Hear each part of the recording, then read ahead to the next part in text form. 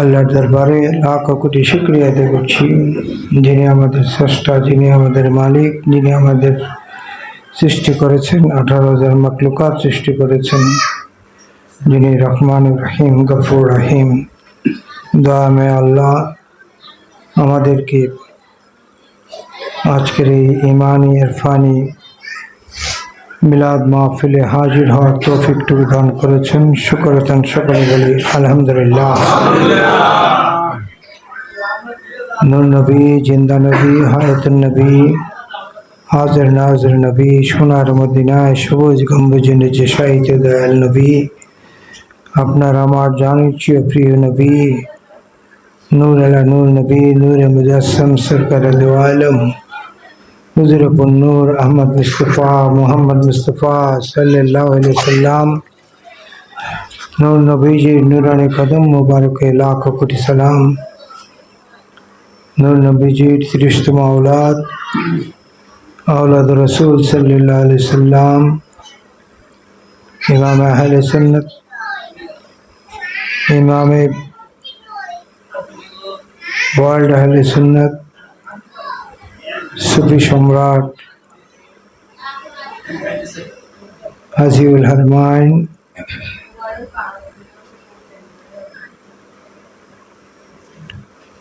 मुश्किल कुशा फनफिल्ला बकबिल्ला, मुर्शिदना सैयदना खमदन गौसुल आजम, खमदन ख्वाजा गरीब नवाज,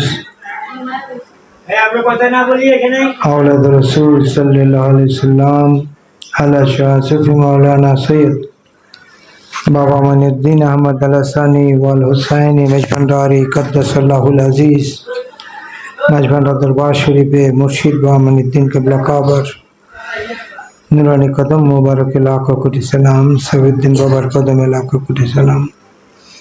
प्रिय आशिक रसूल सल्लल्लाहु अलैहि वसल्लम, आशिकाने मजभंडारी, आशिकाने वली, तरीक़त भाइयों बहनेरा, अस्सलामु अलैकुम व रहमतुल्लाहि व बरकातुहू। আমাদের এই পীর ভাই নজরুল ইসলাম আল মজভন্ডারি তার বাসভবনে আজকে এই মাহফিলে মিলাদের আয়োজন করেছেন। আল্লাহর হাবিবের দরবারে আমরা এতক্ষণ পর্যন্ত সালাতু সালাম পেশ করেছি। আমরা এখনই মোনাজাত করে দেব।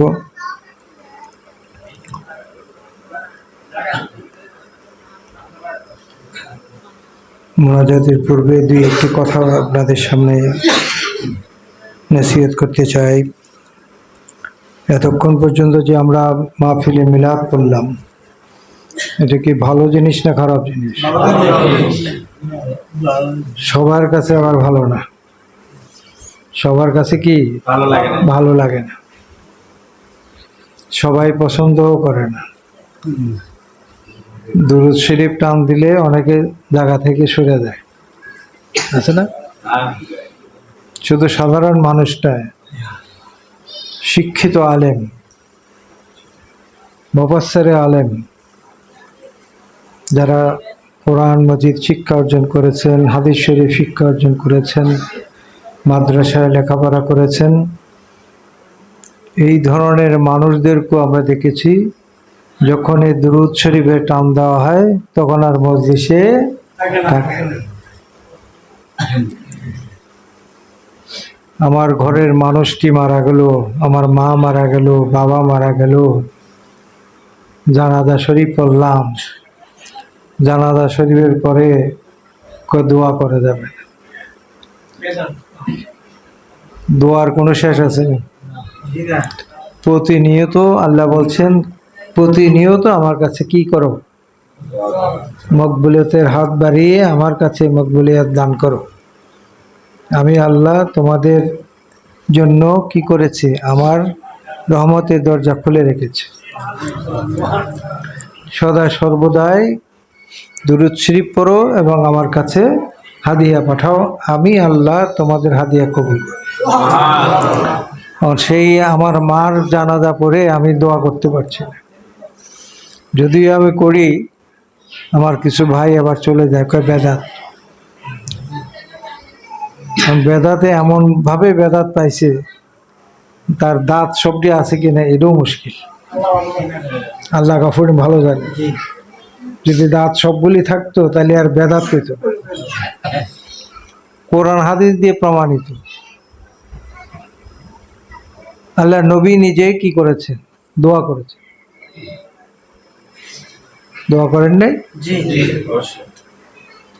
আল্লাহ নবী নিজেই দোয়া করেছেন। তো আমরা আমাদের মা বাবা আত্মীয় স্বজনের কবরস্থ দেওয়ার পূর্বে, জানাজার পরে দোয়া করাটা নাকি বেদাত। এগুলা থেকে আমাদের সাবধান থাকতে হবে। তারা নবীর দুশমন। তারা কি? আলেম হোক, তারা যে কোনো পরিচয়ে থাকুক, তারা জালেম। আলেমের নামে জালেম। তারা মিথ্যা কথা বলে মানুষের ঈমানকে হরণ করছে। তারা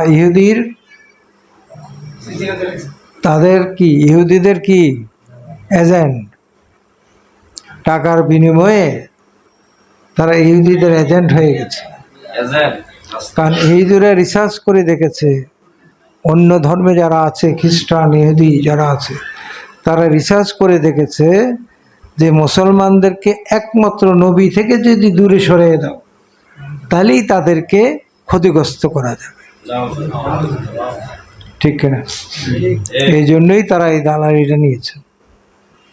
নবীর বিরুদ্ধে কথা বলে। নবী আমাদের মতোই মানুষ। তুমি ঈমান আনলা, নবীর কলমা পড়ে মুসলমান হইলা, হওয়ার পরে আবার নবীকে বলা আমার মতো মানুষ। এটা কি হলো? এটা কি হলো? এখন স্ত্রী, আপনার স্ত্রী, বিবাহিত স্ত্রী, আপনার স্ত্রীকে যদি বলেন যে আমার স্ত্রী দেখতে মায়ের মতো, তাহলে স্ত্রী থাকবে? সাথে সাথে কি হবে? তালাক হয়ে যাবে। তো নবীজির কলমা পড়ে যারা মুসলমান হলো, তারা ইমানদার না হয়ে বেঈমান হয়েছে। আল্লাহর নবীকে নিজের মতো মনে করে, নিজের সাথে তুলনা করে, মানুষের সাথে তুলনা করে বর্ণনা দেয়। তাদের নবী তাদের পক্ষে আর থাকবে না। তাদের নবীও তাদের জন্য তালাক। ঠিক কিনা? তারা নবীও কি তাদের জন্য তালাক। ঠিক কিনা বাবা? কিন্তু সংক্ষিপ্তভাবে, যেহেতু তরিকতের প্রোগ্রাম, এই তরিকত নসিহতগুলি আপনাদের জানতে হবে। তা সব শিখতে হবে, লদৌনি শিখতে হবে। এলমে তাসাউফ, এলমে লদৌনি যদি না শিখেন, তাহলে আপনার হার্ট, আপনার হৃদয়, কল্প, এটা পরিষ্কার হবে না। এই তাসাউফের শিক্ষা, লদৌনি শিক্ষা আপনি কোথায় পাবেন? মাদ্রাসা গেলে পাবেন? কিতাবের মধ্যে আছে? নাই। লদৌনি শিক্ষা এবং তাসাউফের শিক্ষা পাবেন আপনার যার যার মুর্শিদের কাছে। আপনার মুর্শিদ থেকে আপনি তাসাউফের শিক্ষা অর্জন করবেন। যদি সত্যিকার অর্থে তাসাউফের শিক্ষা অর্জন করতে পারেন, এলমে লদৌনি শিক্ষা যদি অর্জন করতে পারেন, তাহলে আপনি ঈমান হারা হবেন না। আপনি নবী থেকে বিচ্ছিন্ন হবেন না। আপনার মুর্শিদের সাথে সম্পর্ক থাকলে, আপনার মুর্শিদের কদমে যদি আপনার সবসময় যদি সম্পর্ক রাখেন, মুর্শিদের জিকির করেন, মুর্শিদের ইবাদত করেন, মুর্শিদের ইক্তেদা করেন, ওই মুর্শিদের ইক্তেদার মাধ্যমেই আপনি নবীর রিসালাত এখানে পেয়ে যাবেন। ঠিক কিনা বাবা? মুর্শিদ ছাড়া কি নবী পাওয়া যাবে? তাইলে আহলে বায়াতের কোনো দরকার ছিল না। আল্লাহ নবী আহলে বায়াতের কথা বলতেন না। তিনি বলেছেন কিয়ামত পর্যন্ত আহলে বায়াত থাকবে, কিয়ামত পর্যন্ত। তিনি বলেন নাই 10 বছর, 20 বছর, 100 বছর, 200 বছর, 1000 বছর, না।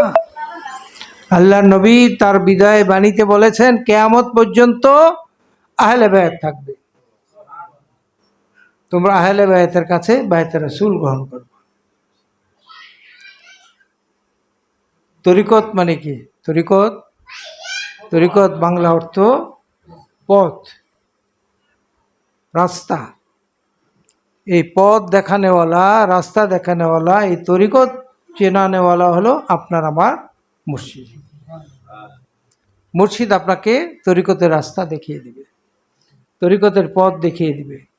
সেই পথে যদি আপনি চলেন, মৃত্যুর পূর্ব পর্যন্ত যদি চলতে পারেন, তাহলে মৃত্যুর পূর্ব পর্যন্ত আপনি ঈমান নিয়ে কবরে যেতে পারবেন। যেহেতু তরিকতের মুর্শিদের ওই নির্দেশিত তরিকতের পথে আপনি আছেন, তাহলে সেখানে আপনার মুর্শিদও আছে, আপনার রাসূলও আছে। ঠিক কিনা বাবা? হ্যাঁ, মুর্শিদ ছাড়া রাসূল নাই, রাসূল না থাকলে আমার খোদাও, আমার খোদা আছে রাসূল ছাড়া? আল্লাহর কলমা কে পড়েছেন? আল্লাহর কলমা আমাদের আল্লাহকে কে চিনিয়েছেন? আমাদের নবী। প্রথম নবী নিজে কলমা পড়েছেন। কি পড়েছেন? লা ইলাহা ইল্লাল্লাহ। আর কিছু পড়েছেন? শুধু আল্লাহকে চিনিয়েছেন, লা ইলাহা ইল্লাল্লাহ। আমাদের একমাত্র স্রষ্টা হলেন কে? আল্লাহ। এই কে চিনিয়েছেন? আমার রাসূল। আমার রাসূল যখন লা ইলাহা ইল্লাল্লাহ বলেছেন, আমার আল্লাহ তখন বাকি কলমাটা নিজে পড়েছেন। কি পড়েছেন? মুহাম্মাদুর রাসূলুল্লাহ সাল্লাল্লাহু আলাইহি ওয়াসাল্লাম, যে মুহাম্মদ আমার প্রেরিত রাসূল।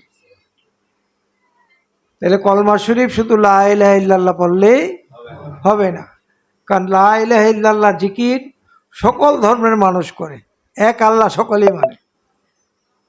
খ্রিস্টান মানে, ইহুদি মানে, নাসারা মানে, বৌদ্ধ মানে, হিন্দু মানে, যার যার ভাষায় গড, ভগবান, ঈশ্বর, ঠিক কিনা? হ্যাঁ, যার যার ভাষায় সকলেই আল্লাহকে একই জানে, যে স্রষ্টা একজন, দ্বিতীয় স্রষ্টার কথা বলে নাই। তো স্রষ্টাকে তো সকলেই মানে, লা ইলাহা ইল্লাল্লাহ সকলেই মানে, আল্লাহ এক।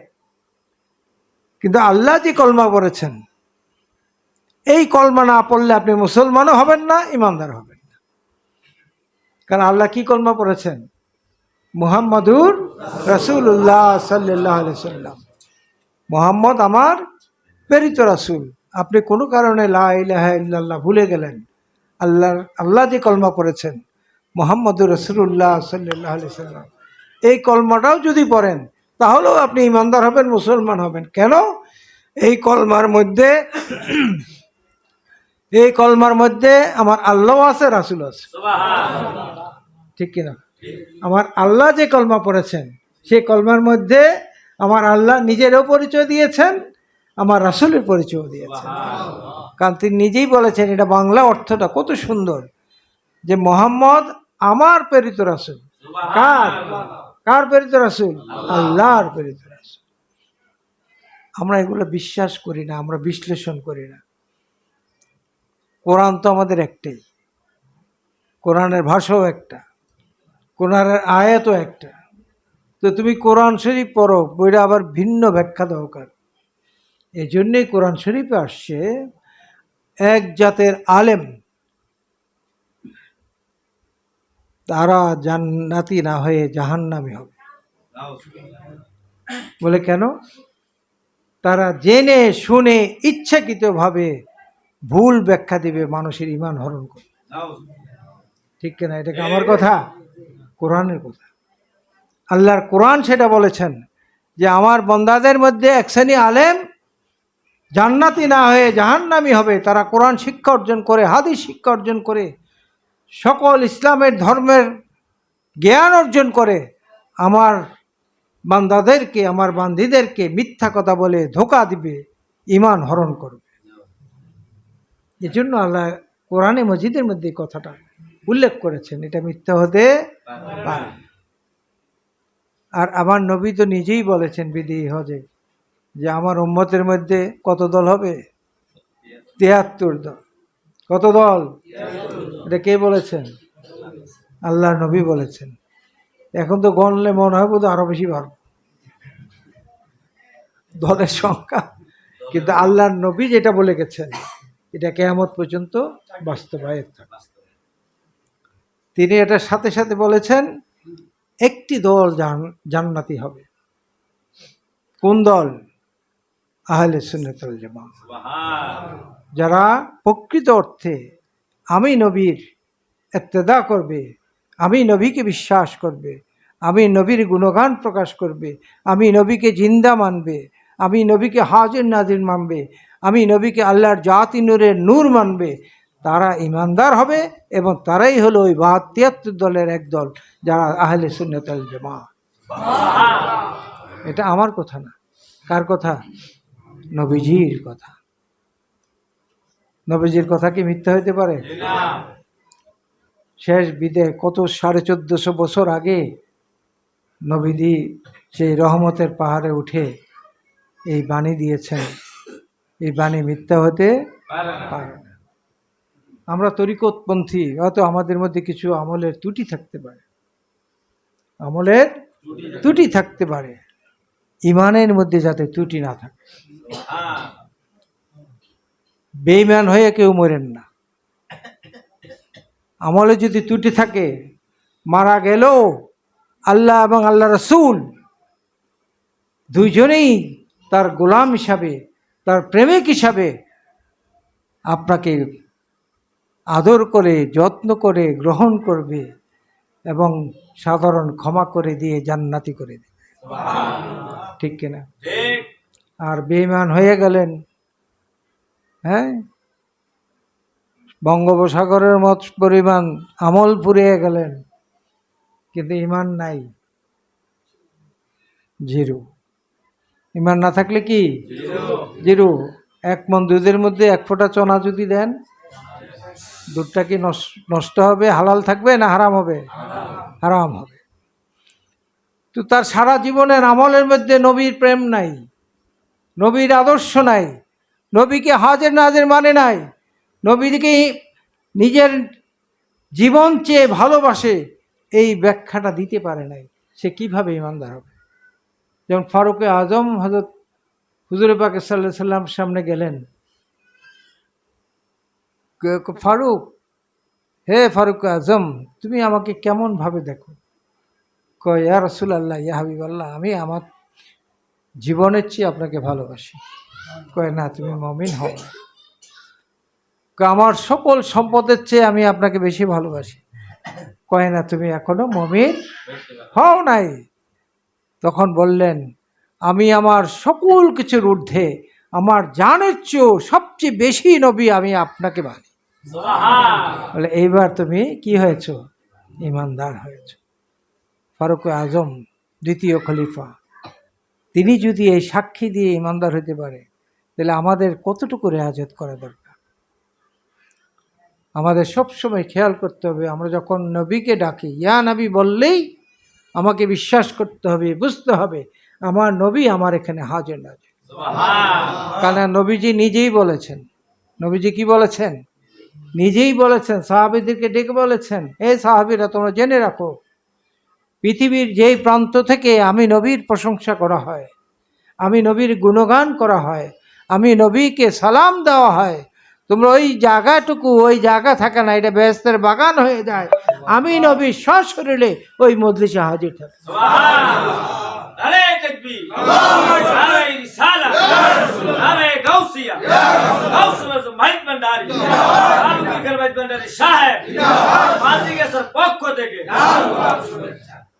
আল্লাহ পাক আমাদেরকে, আমরা শুকরিয়া আদায় করি যে দয়াল নবীজির ৩০তম আওলাদের কাছে আমরা বায়াতে রাসূল গ্রহণ করেছি, এবং মাঝভান্ডা দরবার শরীফে যার কাছেই বায়াত হয়ে থাকেন না কেন, তিনি কিন্তু আওলাদ রাসূলের কাছেই বায়াত।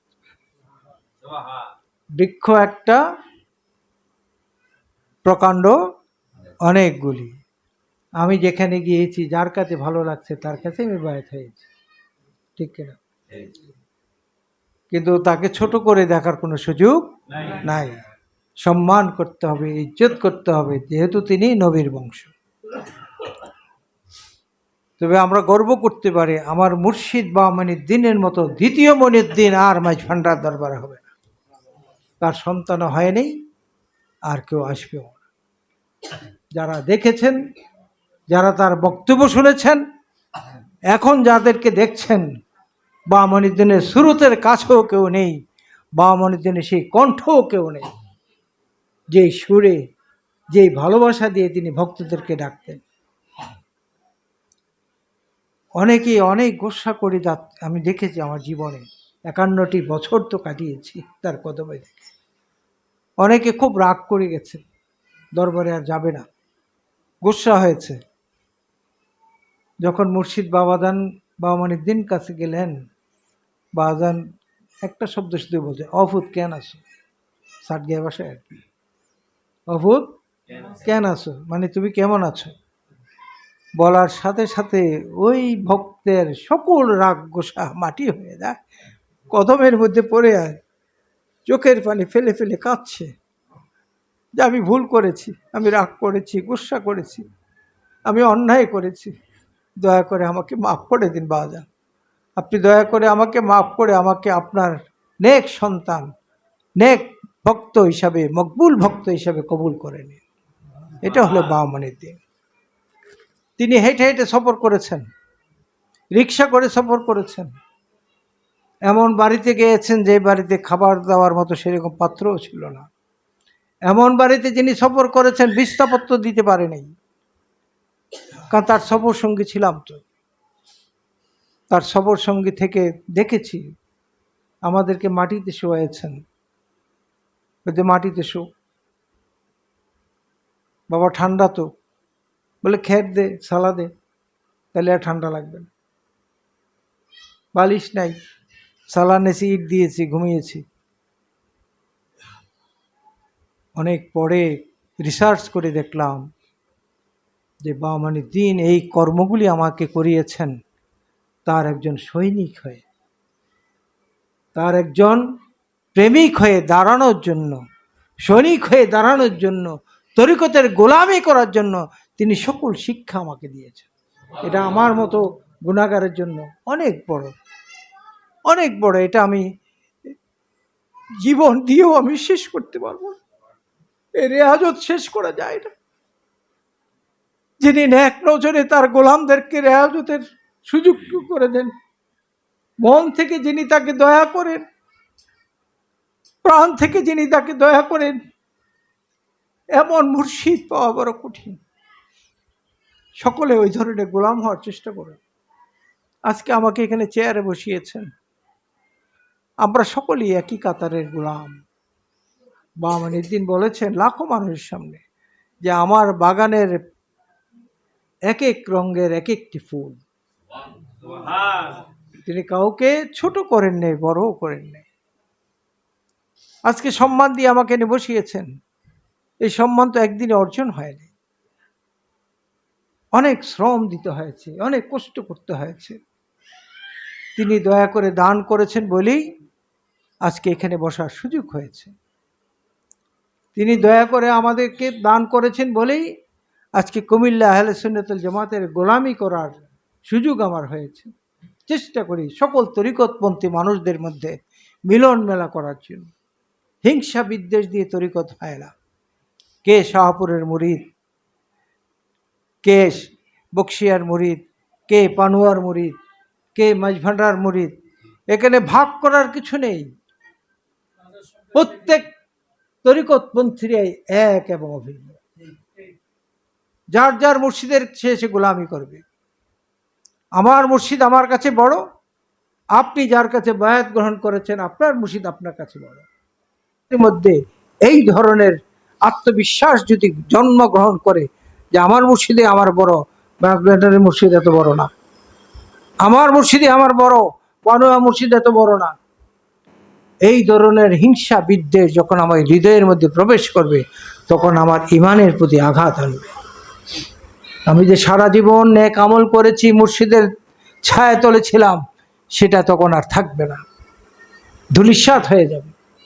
ইমাম গাজ্জালি বলেছেন যে কোনো একজন পবিত্র মানুষ, আমলদারি মানুষ, আল্লাহর কাছে পছন্দনীয় মানুষ, ওই মানুষটির মধ্যে যদি কোনো কারণে শস্য পরিমাণ রিয়া প্রবেশ করে, রিয়া মানে গোসা, হিংসা, বিদ্বেষ যদি তার মধ্যে প্রবেশ করে, আমার আল্লাহ ঘোষণা দিয়েছেন ওই আমলদারি মানুষটি, নেককার মানুষটির সকল আমলগুলি আমি সাথে সাথে ধূলিসাৎ করে দিই। এটার দিকে খেয়াল করবেন। ইমাম গাজ্জালির আমি নিজে পড়েছি, এত বড় শক্ত কথা বলেছেন। অতএব পীর ভাইদের মধ্যে কোনো বিভেদ থাকবে না, তরিকত ভাই বোনদের মধ্যে কোনো বিভেদ থাকবে না। আমার মুর্শিদ চলে গেছেন, পর্দা করেছেন, এখন সাইফুদ্দিন বাবা আছেন, তাকে কি আমি অশ্রদ্ধা করব? আমি যে তার কাছে মরিদ না, আমার মুর্শিদ বাবা মনিউদ্দিন, এই জন্য কি আমি তাকে অশ্রদ্ধা করব? কিন্তু একই রশিদে বাঁধা, অশ্রদ্ধা করার কোনো সুযোগ নাই।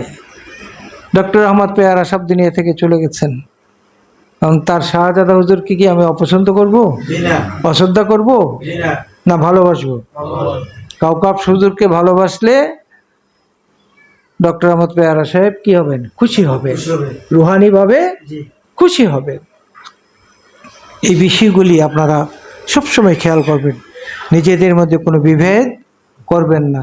যেখানে একজন সুন্নি মানুষ পাবেন, আগলিয়ে ধরবেন, তাকে প্রেম দিবেন, ভালোবাসা দিবেন, মুরব্বীদেরকে শ্রদ্ধা করবেন, ছোটদেরকে স্নেহ করবেন, তাহলে আপনার মধ্যে সঠিক তরিকত পথের রাস্তাটা আপনি খুঁজে পাবেন।